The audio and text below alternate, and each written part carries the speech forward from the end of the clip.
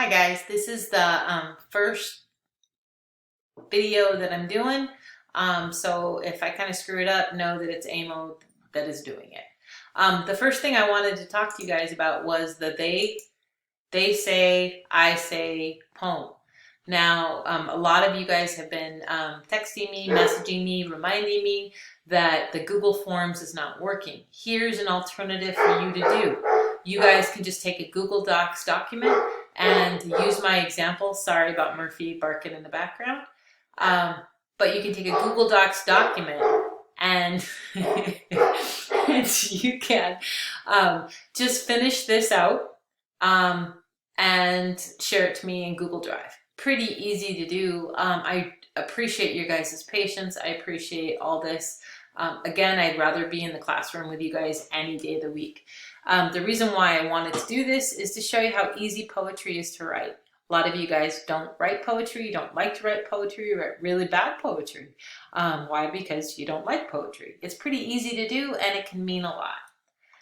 Now, the reason for this video is to explain the poetry terms you're going to have a quiz on. This one, we're only going to do a few. Why? Because I'm doing a little course correction, making it easier on you. And we are going to take a little pause and do Outsiders. This one, believe it or not, has poetry, and it also taps on some themes in Romeo and Juliet. Also, it's easier to do remotely from your home, and you don't have to decipher Amo's weird mini assignments. Okay, first off, poetry versus prose. Prose is what you guys are used to. That's ordinary speech and speaking and writing. Those are paragraphs. You open up your outside reading book and you have paragraphs. Poetry is a type of rhythmic compressed language that uses figures of speech and imagery and appeals to the reader's emotions and imagination. This is the confusing part because a lot of people read it and they say, I don't get it, and kind of close the book. This one, it's kind of a thinker. You got to read into it.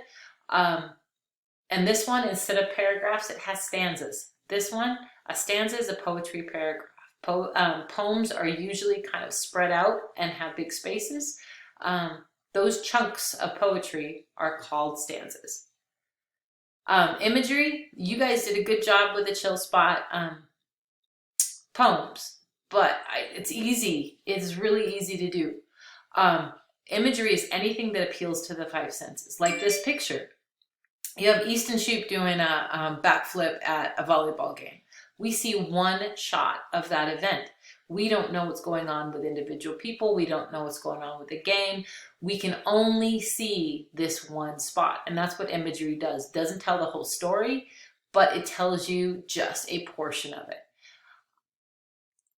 Okay, free verse poetry. I dig this. Why? Because it doesn't have rhyming lines. This one, poetry should be individual. It should be a thinker. It should have figurative language. It should have stuff that you really have to read into. And if you have rhyming lines, you have, when students write it, I want to go to the show in the snow with Flo. Just not, they're kind of cheesy. So if you look at the end rhymes, none of them rhyme. And so this one, it's a little easier to write a free verse poem. But like I said, look at the last syllable on each line. We will talk about rhyming and about sonnets and iambic pentameter and rhyme scheme when we get back in the classroom before poetry. Alliteration versus the sonnets. Now, some of you guys did very interesting definitions, but it's easier than you think.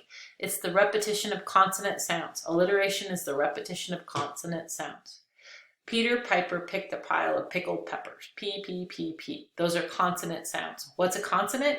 Anything other than a vowel. A sonance is the repetition of vowel sounds. I find the pie in my eye, so I cry. So this one, almost the same thing, but they're the repetition of different sounds.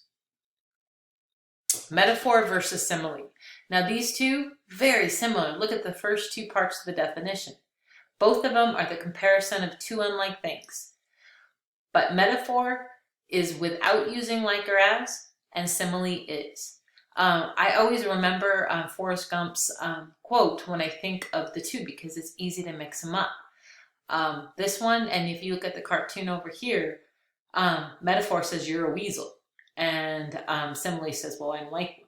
This visual is going to help you to kind of keep these things straight. Hyperbole. Now, I dig these. Why? Because I'm so hungry I could eat a horse. Well, nobody's going to eat a horse. That would be absolutely weird. But you're pretty darn hungry. Why do they do this? They do this to kind of show kind of an exclamation point to your point. If you say, nobody listens to me, everybody's doing it. All these things are, so that you can get your way. Hyperboles are that. Allusions are a little bit harder. They're an expression designed to call something to mind without mentioning it explicitly. A lot of you guys said that there was a SpongeBob version of the Odyssey. They had SpongeBob and then they had little things with the Odyssey. Oh brother, where art thou?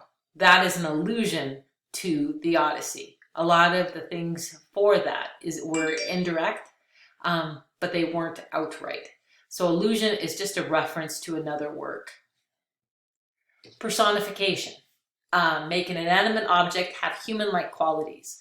Now, this is a line from Romeo and Juliet. The earth has swallowed up all my hopes. Well, the earth can't swallow, but in this one, it does. So personification is when you give an inanimate object human-like qualities.